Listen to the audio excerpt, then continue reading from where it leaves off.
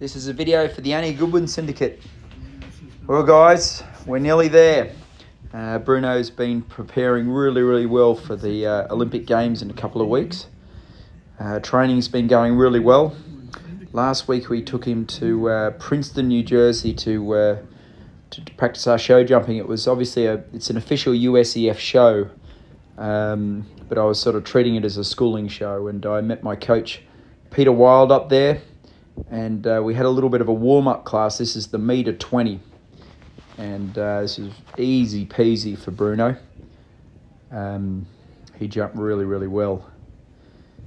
It's an awesome venue at Princeton, beautiful rings, nice jumps, great warm-up, and it's perfectly halfway between where I live and Peter Wild lives, so it's a great meeting point. We sort of jumped Bruno slightly differently to how we would at a proper show or one show that we really cared about. I probably rode him in a little bit more forward and got him in a little bit closer to the jumps, especially in the meter 20. Not trying to hit the jumps or anything, but like letting the horse sort of roll into the fence and not protect him too much. And I'm terrified of our nearly perfect jumping record, and I sort of said to myself, all right, Bruno, if you ever want to tap one in the ring here, this is the place to do it, not at our next show. And Bruno said, no, thank you, sir. I'm going to get my legs out of the way. About an hour and a half, we jumped a meter 35 class. This is what we're thinking will be about the height of the round at the show jumping at the Olympics. And Bruno was brilliant. He jumped really well. Peter's been working on my upper body, coming to the fence, trying to stay a little bit taller just as the horse takes off. And my bad habit is I sort of lean forward as Bruno's taking off, and our goal is to sort of sit away from him as he's leaving the ground and really help his sort of shoulders come up in the air. I just feel like Bruno's he's jumping in great form. I don't know if you remember last year, he was really drifting hard right in the air over the fences, and we've done a lot of vet work to the horse and tried to make him more comfortable. Done a lot of physiotherapy work with his back and his neck, and trying to make him just a little bit looser through his pelvis and his hips. And there's been not one thing that's an amazing difference, but all in all, the horse feels great and super. Jumping great, jumping scopy, jumping careful. A week later, Eric Devander and Bobby Costello met me at the farm early in the morning. We were very lucky. It rained about an hour before we decided to have our cross-country school, and the ground's been quite hard here.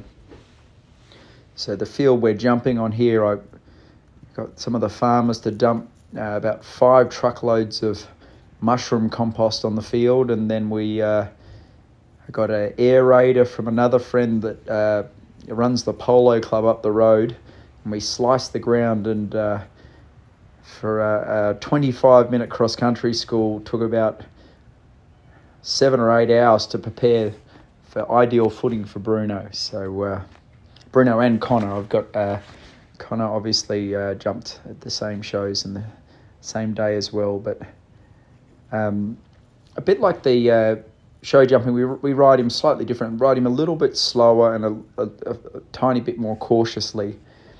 I think one of Bruno's faults is, traps we fall into, is he gets a little bit keen and aggressive, especially at the first 5 or 6 fences of the course. And our last run at Stableview was, we intentionally tried to steady him a little bit early in the course, because the worst thing he can do is if he gets too aggressive and we're trying to go fast, it makes it a bit messy. So we're obviously going around at a fast training speed. We also decided to make this a bit bigger and a bit harder of a cross-country school than normal.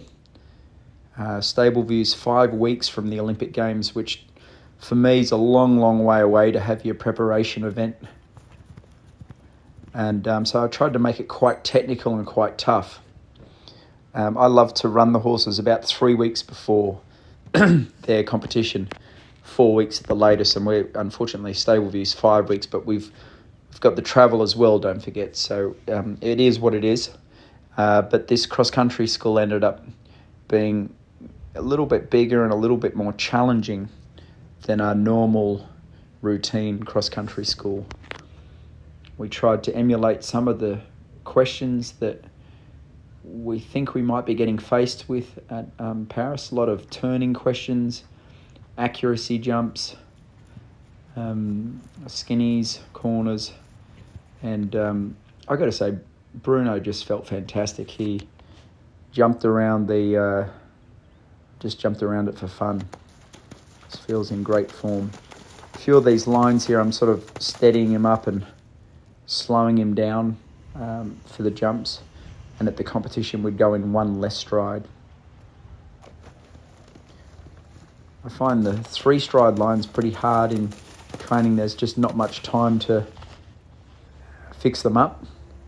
So we actually redid that one a second time. The first time was a little bit messy, and then this second time, a little kid could have cantered through there.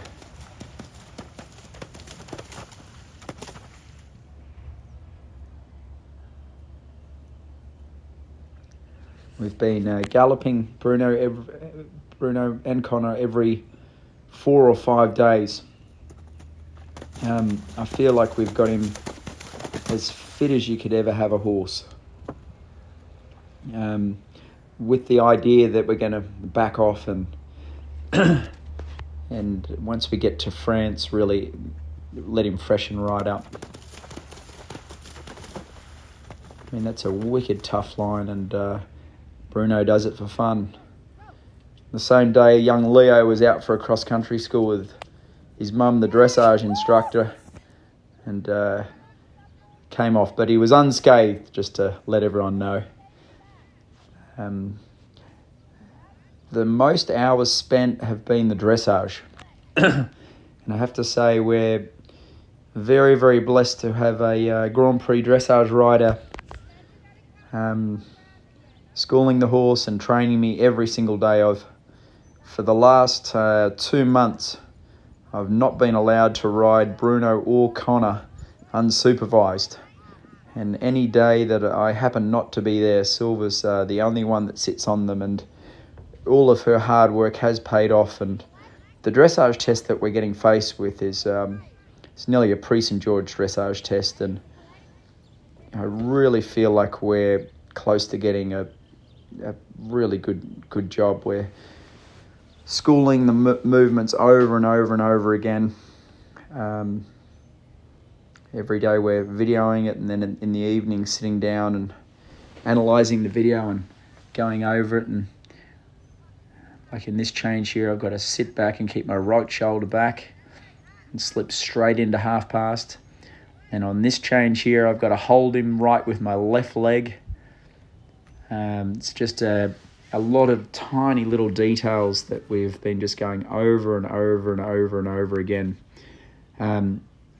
And not just the technicalities of the test, but we're really striving to get an uphill frame. Constantly sending the videos through to Bettina Hoy and also the one of the World Championship judges, Peter Gray, for feedback. And it's pretty good. I mean, it's been a lot of work, and like I said, we spend tens of thousands of dollars on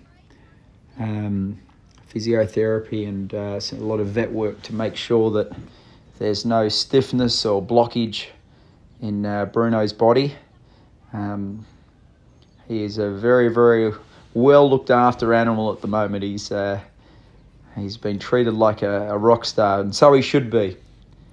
He feels really good. He's getting massaged every couple of days. And the biggest thing I've got to make myself not do, I made this mistake in Tokyo, is get to the Olympics and then drill him.